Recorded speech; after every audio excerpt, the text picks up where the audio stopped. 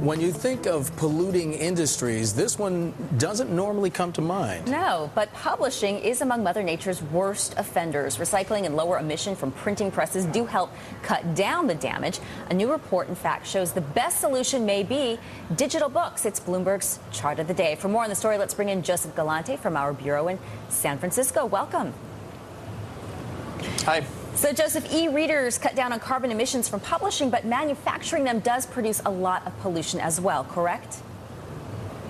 Sure. You might have guessed that chopping down forests probably isn't the most environmentally friendly way to get reading material into the hands of consumers. What this study does is takes a look at exactly what the environmental costs are of making these e-reader devices that Amazon makes and that Sony makes, and then compares it against the amount of carbon emissions that it prevents since the book isn't printed. And what they found is within 4 years, the environmental benefits and the reduction of carbon emissions can actually be double that of what it costs to make the e-reading devices. Okay, so you're saying that the net carbon savings 1 year after purchasing a Kindle against books is that much?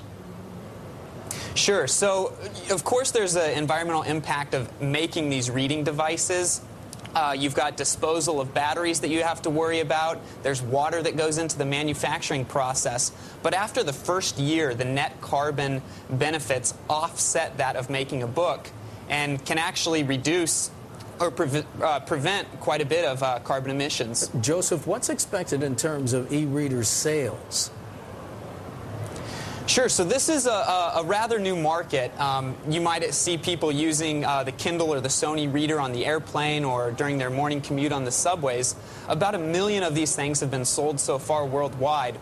In the next 4 years, there's a couple different estimates out there. That number could rise anywhere from as low as 18 million to 30 million. So there's quite a bit of growth here. So what this study is showing is that as e-reader sales continue to accelerate, there's a lot of environmental savings that come along with it as well.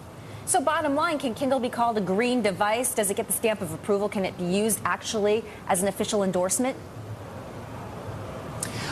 You know, that's still unclear, but I think what this study is showing is that it's definitely a lot cleaner than even some of the processes, the cleaner processes and the recycling programs that book publishers are trying to put in place to reduce their carbon footprint. All right. Many thanks to Bloomberg's Joseph Galante.